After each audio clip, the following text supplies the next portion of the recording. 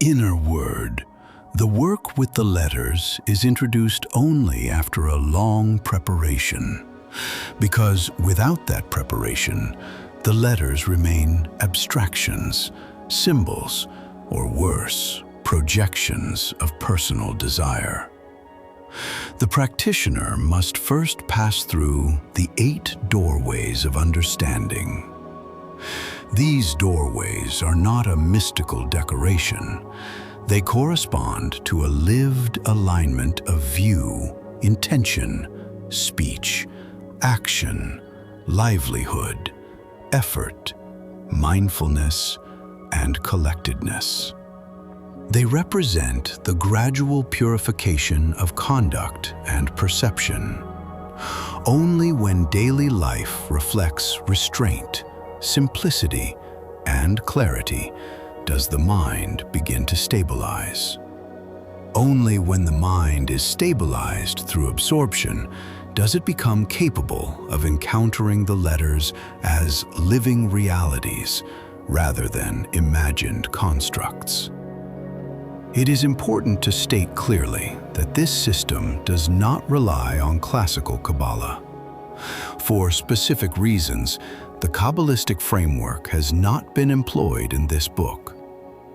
Kabbalah, when approached without deep meditative foundation, easily becomes intellectual architecture, a system of correspondences and symbolic diagrams. The path presented here is different. It does not begin with metaphysical mapping. It begins with collectedness. The letters are not interpreted through layered symbolic associations. They are encountered directly in purified awareness. When the practitioner has entered the jhanas and the formless states, something subtle begins to occur. The letters reveal themselves. This revelation is not visual imagination. It is not emotional enthusiasm. It is vibrational recognition. Each letter is experienced as a living current, a sacred tone within consciousness itself. They are divine in the sense that they are not created by the ego. They are discovered. The practitioner does not manipulate them. Rather, in the silence of a unified mind, they begin to operate of their own accord. This is why it is essential to operate under the risen Christ rather than the crucified Christ. The crucified Christ symbolizes suffering, identification with limitation, and attachment to narrative.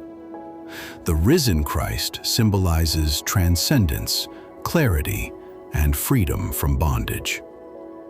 To work with the letters while still identified with craving, fear, and ambition is to distort them. To work under the risen principle means that the practitioner has risen beyond compulsive desire. The vibration of the word then aligns with liberation rather than egoic will. As practice matures, the letters no longer appear as isolated units. They begin to form formulas. These formulas are not mechanical combinations assembled by calculation. They arise as unified vibrational patterns. The practitioner perceives them as single fields of resonance rather than sequences of separate sounds. A formula is one tone, one living imprint. When it is held in collected awareness, it functions as a coherent force. The mind does not push it outward, it allows it to resonate. From this resonance, operation within the spheres becomes possible. This does not mean theatrical evocation or dramatic visions. It means that consciousness, freed from fixation on physical location, can attend to subtler domains. The intelligences traditionally associated with planetary spheres reveal themselves naturally when attention rests within boundless awareness. The practitioner does not travel by projecting a mental body. Rather, space and time lose their rigidity. Presence shifts without movement. Realms are not conquered.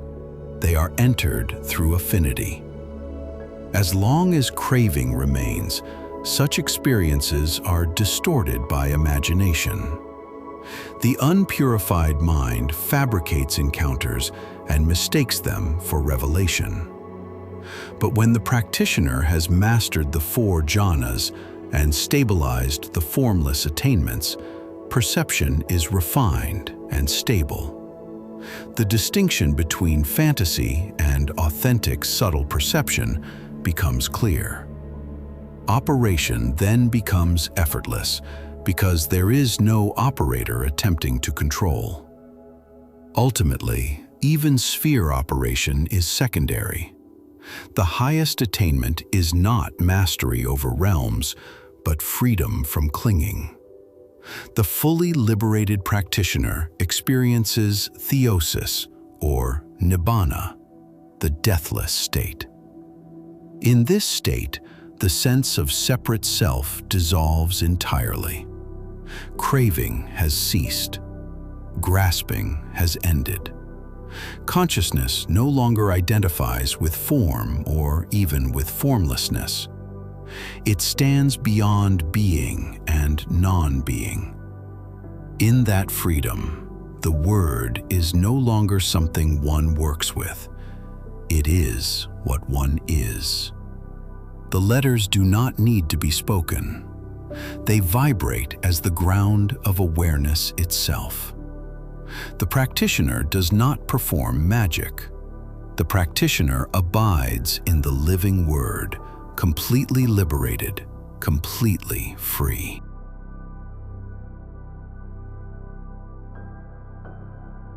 In the inner word, the work with the letters is not presented as an intellectual system, nor as a speculative kabbalistic structure of correspondences. It begins only after the practitioner has passed through the 8 doorways of understanding, through ethical purification, disciplined daily life, collectedness, and the stabilization of absorption. These doorways are not identical with classical Kabbalah, and this book deliberately does not employ kabbalistic frameworks, for the simple reason that without inner transformation, such systems easily become conceptual and external.